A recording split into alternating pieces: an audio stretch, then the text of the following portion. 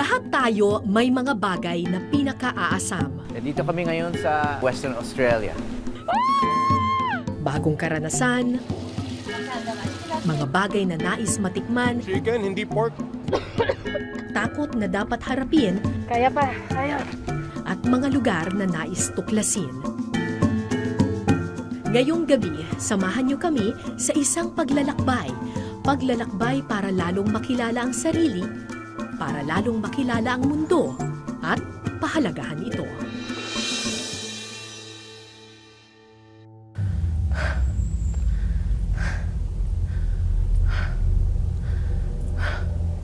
Mahigit 20 taon na akong umaakyat ng bundok. Pero ito na marahil ang pinakamahirap na aking naabot.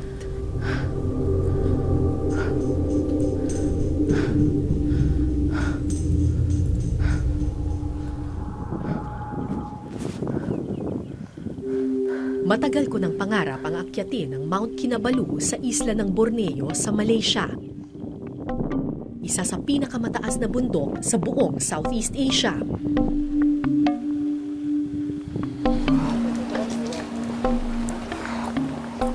Akala ko sapat na ang 20 taon kong karanasan sa mga bundok.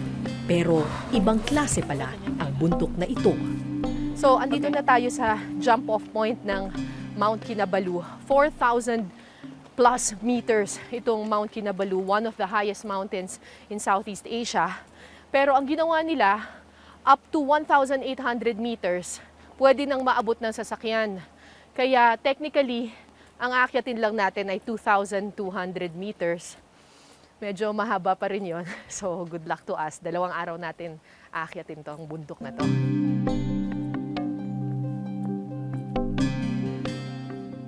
We are now here 1,800. 1,800. We climb until Pendant Hut. It's a 2,300 meters something. So we have to be there before 4 o'clock. Yeah, because 4 o'clock is the last briefing. It's already 9 o'clock. Yeah. 9, 10, 11, 12, 1, 2, 3, 4, 7 hours. We target, but don't rush. Just take your time. We can do that, Hopefully.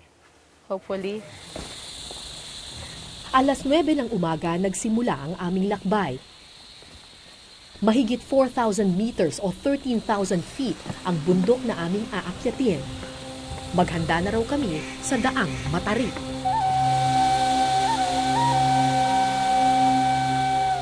Sa simula, patag pa ang daan, kaya madali akong nalibang sa ganda ng kagubatan.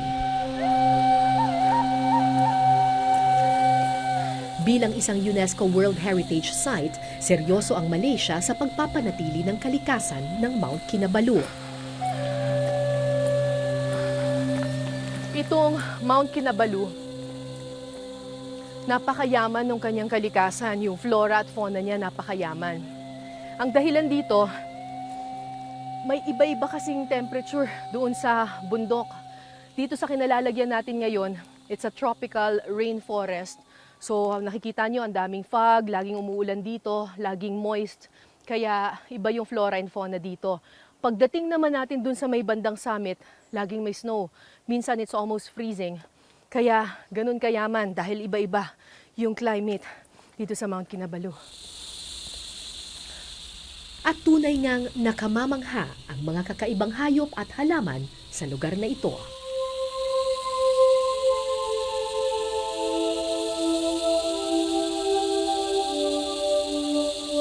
Talagang dito sa parting ito, mararamdaman mo talaga at makikita mo kung gaano kayaman yung kalikasan dito sa Mount Kinabalu. Kung naririnig ninyo, ibon yan eh. Ibon, insekto, ganun karami yung mga iba't ibang klase ng hayop dito. This is a rainforest. Tignan nyo itong punong to. Kakaiba oh. Sa malayuan, akala mo parang black and white siya. Pero pag nilapitan mo, actually, it's some kind of mushroom. Parang nakadikit yung mga kabute, mga mushroom dun sa puno. Ganda. Makalipas ang ilang minuto, nagsimula na ang tunay na kalbaryo. Hagdan-hagdang daan ang sumalubong sa amin. Para mas mapadali yung pag-akyat ng mga turista tsaka ng mga mountaineers. Nilagyan nila ng hagdanan yung trail papunta ng summit. Pero sa experience ko, minsan mas nakakapagod yung umakyat ng hagdan kesa yung natural na lupa yung inakyatan mo.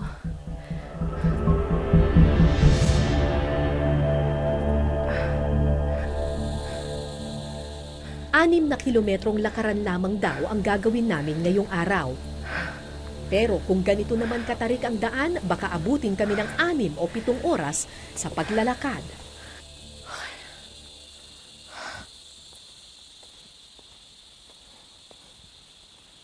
Alright.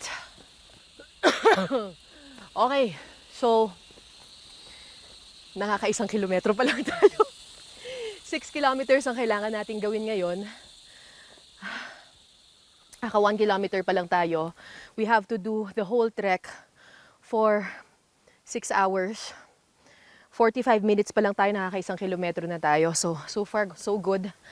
Mukhang makukuha natin yung target natin na 6 hours bago makarating dun sa pagtutulugan natin. Ang problema, ay, mukhang walang katapusang hagdanan na naman ito.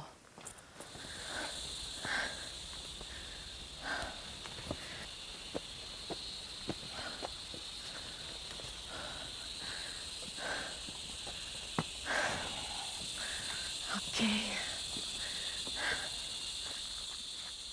Maya-maya, ilang trabahador sa bundok ang aming nakasabay. Mabigat ang backpack na aking dala, pero wala itong binatbat sa bigat na kanilang pasan. So, mukhang yung mga locals dito, ang lakad nila parang pa-zigzag ng ganyan. Ang problema kasi sa mga bundok na pahagdan na ganyan, masyadong mabilis yung ascent mo. So, hindi ka nakaka-catch up yung puso. So, ang ginagawa nila parang pa-zigzag para nabe-break mo yung masyadong matarik. Subukan natin yan.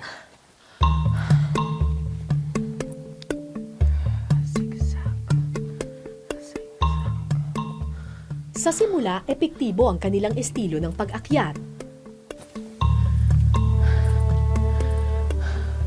Pero habang tumatagal at tumatarik ang daan, naghahabol na ako ng hininga.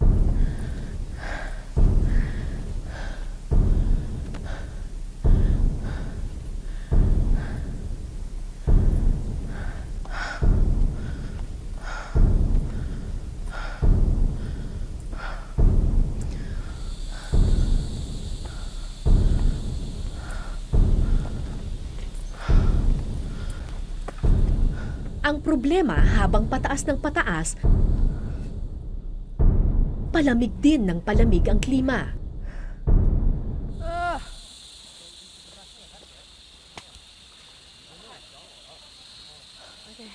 Thanks. Dagdagan pa ng ulan na lalong nagpahirap sa daan.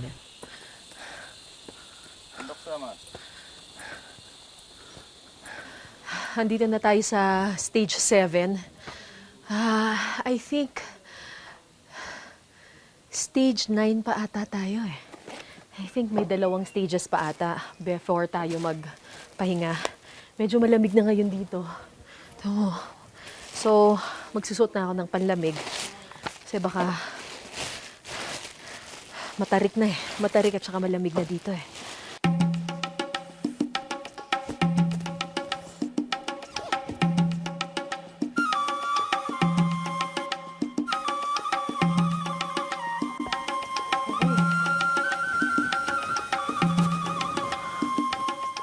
Hindi pwedeng magpahinga ng matagal, hindi raw kami pwedeng abutan ng dilim.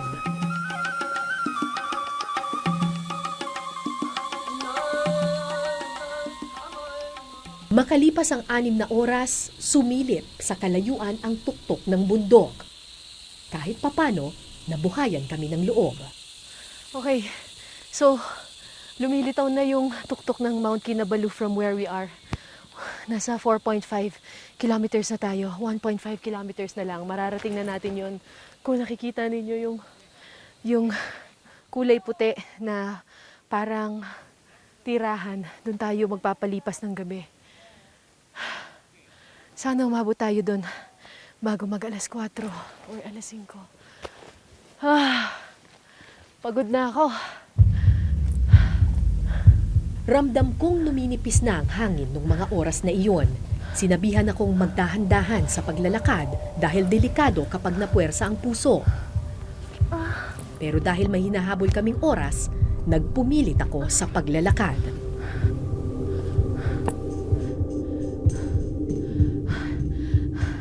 Last kilometer na lang.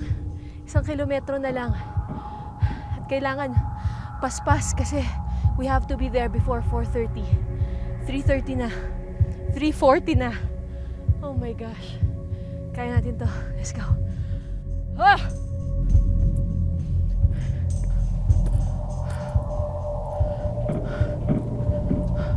Pero sa aming huling kilometro,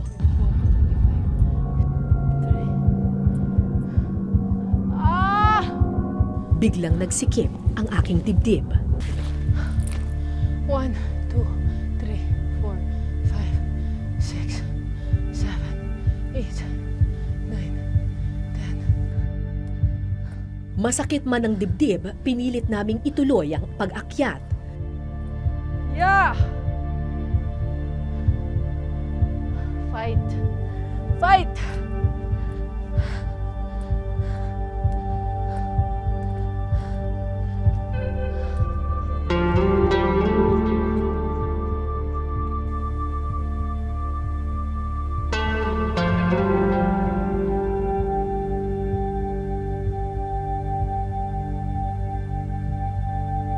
Sige, sige, kaya natin to.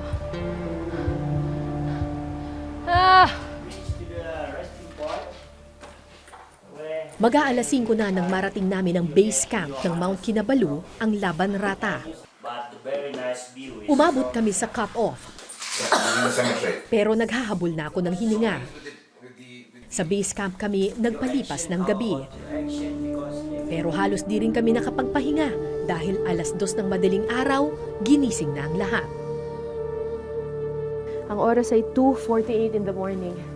Ang mission natin ay makarating sa summit before 6 or 6:30.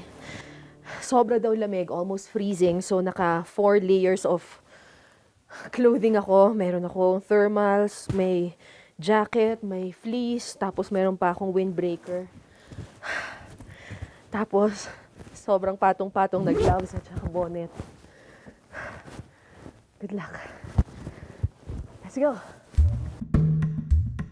Ang tradition dito is talagang inaabangan yung sunrise. Kailangan nasa summit ka before the sunrise. So, nakikita ninyo ang haba ng pila. We have to wait for the last person para doon tayo sisingit.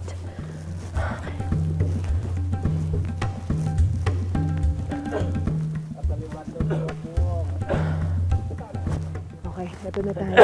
Okay. Ready ka na, Jean? Okay, let's go.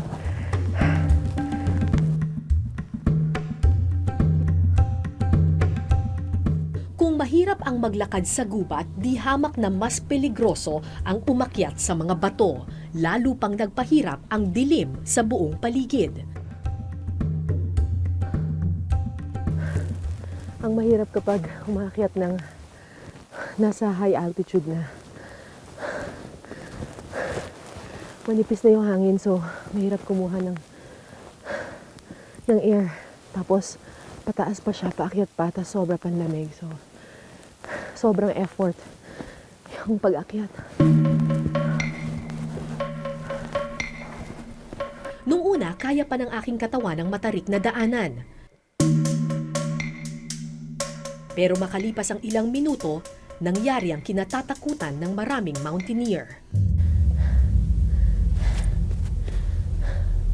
Sakit ng ulo ko. Kanina po masakit ang ulo ko, nakadalawa na akong paracetamol.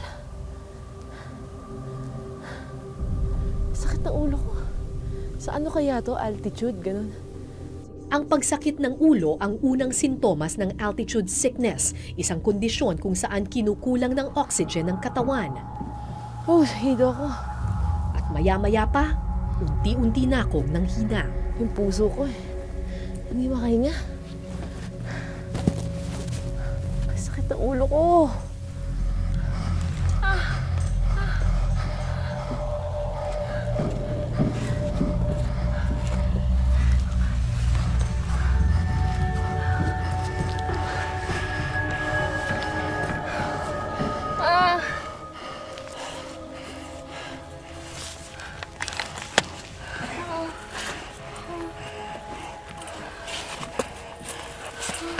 Ayun na. Pahinga. Dali.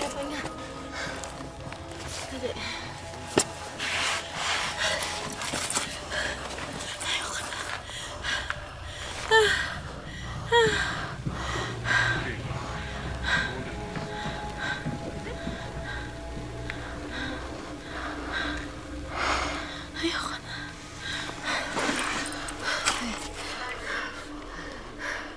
Game. Kaya. Fight.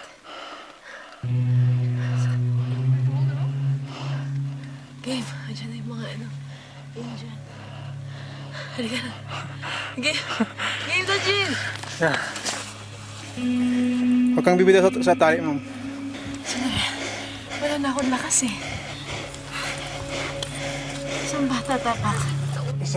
Hatakin mo sa kami, ma'am. Sa kami ka magkukuha ng lakas yan.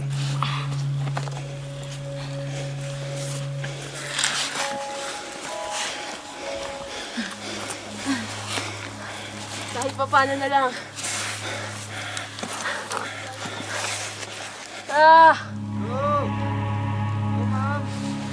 Game, Jin!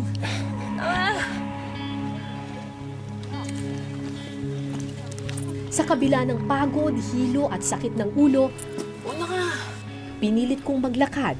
Mabuti na lang may tali na pwedeng hawakan at pagkunan ng puwersa. Tired. Come on, Kara!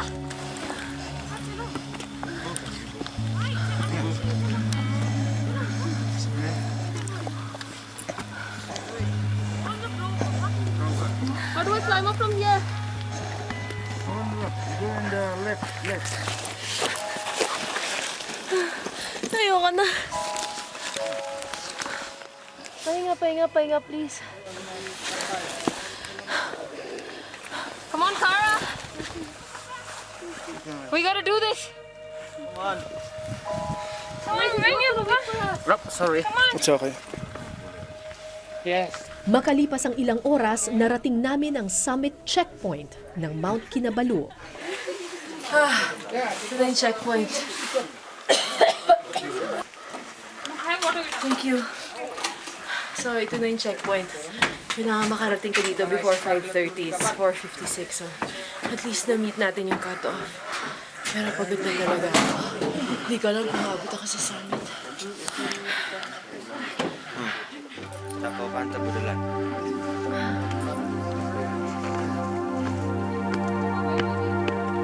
Pagkatapos ng checkpoint, lalo pang naging mahirap ang daan. Wala nang ugat, puno o halaman. Wala nang halos kakapitan, kundi puro bato na lang.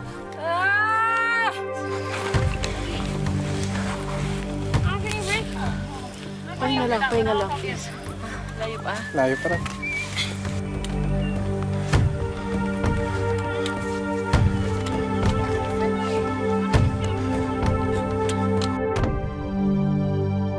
Alas 5:30, unti-unting gumapang ang liwanag sa kalangitan.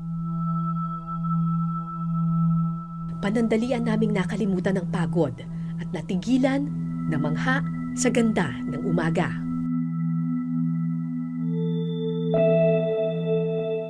At nang tuluyan ng manaig ang liwanag sa dilim, saka namin nasaksihan ang kakaibang ganda ng bundok na ito. Animoy, napadpad ka sa ibang mundo.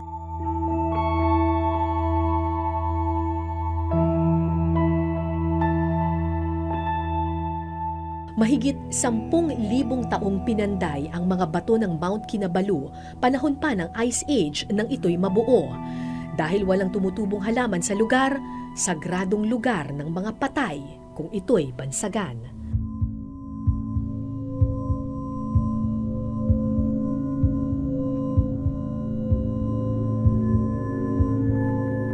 Habang pataas ng pataas, panipis din ng panipis ang supply ng oxygen. At nang marating namin ang higit 3,000 meters, hirap na akong huminga at mabilis na ang tibok ng aking puso.